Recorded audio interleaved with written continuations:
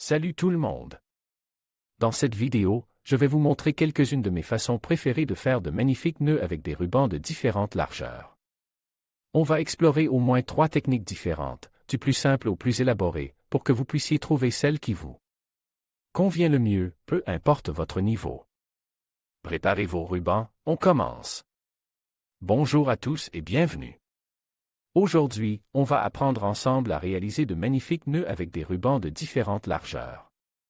Préparez-vous, car on va explorer plusieurs techniques, du plus classique au plus original. On commence par le matériel.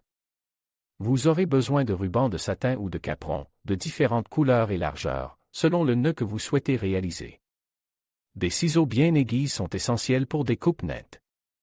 Une règle peut être utile pour mesurer et couper des longueurs précises, et éventuellement une épingle à nourrice pour maintenir le ruban en place pendant la création de certains nœuds.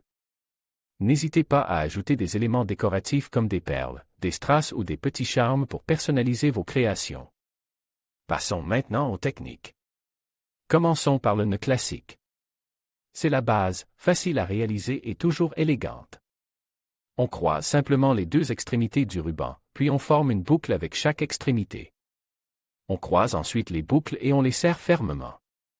On ajuste ensuite la taille des boucles pour obtenir un nœud parfaitement symétrique. C'est aussi simple que ça. Ensuite, une technique amusante et facile, le nœud sur une fourchette.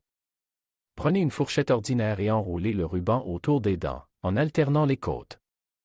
Une fois que vous avez suffisamment de ruban en rôle, passez le ruban entre les dents centrales, en créant une boucle. Serrez le nœud en tirant délicatement les extrémités du ruban. Vous obtiendrez un nœud élégant et régulier, parfait pour décorer des cadeaux ou des cartes. Pour un effet plus sophistiqué, essayons un nœud bicouche à partir d'un ruban fin. On commence par faire un premier nœud classique avec une longueur de ruban. Puis, on prend un deuxième ruban de la même couleur ou d'une couleur contrastante et on le noue autour du premier nœud, en créant une deuxième couche. On ajuste les boucles pour un résultat harmonieux et élégant. Jouez avec les couleurs et les textures pour des résultats uniques. Le nœud torsade est une autre option pleine de charme. Prenez une longueur de ruban et tordez-le sur lui-même plusieurs fois. Ensuite, formez une boucle avec chaque extrémité du ruban torsade et croisez les boucles comme pour un nœud classique. Serrez le nœud et admirez le résultat texture et original. On passe maintenant à un classique intemporel, le nœud Dior.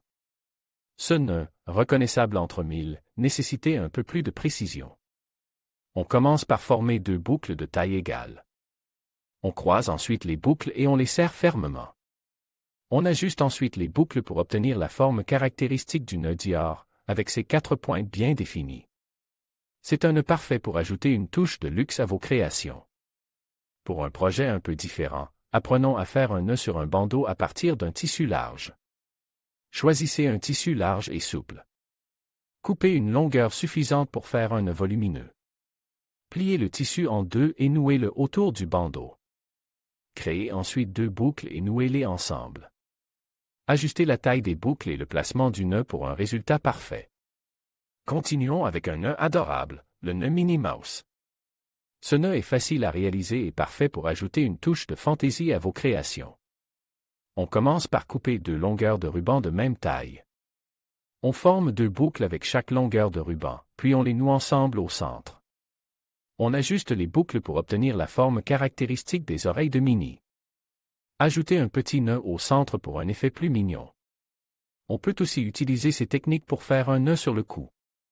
Choisissez un ruban assez long et large pour un effet élégant. Vous pouvez utiliser un nœud classique, un nœud Dior ou même un nœud torsade, selon votre préférence. Ajustez la longueur du ruban pour un confort optimal. Enfin, on peut aussi faire un nœud sur une ceinture. Choisissez un ruban assez large et résistant. Vous pouvez utiliser un nœud classique, un nœud bicouche ou même un nœud plus élaboré comme le nœud Dior. Assurez-vous que le nœud est bien serré et qu'il ne bouge pas. Voilà. J'espère que ce cours vous a plu et que vous avez appris de nouvelles techniques pour réaliser de magnifiques nœuds. N'hésitez pas à partager vos créations avec moi en commentaire. À bientôt pour de nouvelles aventures créatives. Bonjour à tous et bienvenue. Aujourd'hui, on va explorer ensemble différentes façons de créer de magnifiques nœuds avec des rubans de largeur variée. Préparez vos rubans, vos ciseaux et votre patience, on commence. On va commencer par une technique simple et élégante, un nœud sur le dos d'une chaise. Imaginez une chaise habillée d'un élégant ruban, ça donne tout de suite une ambiance plus raffinée, non? Je vais vous montrer comment créer un nœud ample et sophistique, parfait pour une occasion spéciale ou simplement pour ajouter une touche décorative à votre intérieur. On utilisera un ruban large, peut-être de soie, pour un rendu luxueux. On verra comment bien positionner le ruban, comment faire des plis symétriques et obtenir ce magnifique drap qui rehausse l'esthétique de la chaise. On explorera aussi différentes techniques pour ajuster la taille du nœud et l'adapter à la taille de la chaise. Ensuite, on va s'attaquer à une technique plus complexe, mais tellement gratifiante, la technique du kanzashi. On va transformer de simples rubans en de véritables petites œuvres d'art. Je vous montrerai comment plier et assembler les rubans pour créer des pétales, puis comment assembler ces pétales pour former une fleur magnifique. On pourra utiliser des rubans de différentes couleurs et largeurs pour créer des compositions uniques et personnalisées. On verra aussi comment ajouter des perles ou des strass pour un rendu encore plus éclatant. C'est une technique idéale pour créer des décorations raffinées, des épingles à cheveux ou même des broches. Passons maintenant à une application plus personnelle, un nœud élégant autour du cou. On va explorer plusieurs styles, du nœud simple et discret au nœud plus élaboré et sophistique. On verra comment choisir le ruban en fonction de la tenue et de l'occasion. On utilisera des rubans plus fins et plus souples pour ce type de nœud, en privilégiant des matières agréables au toucher.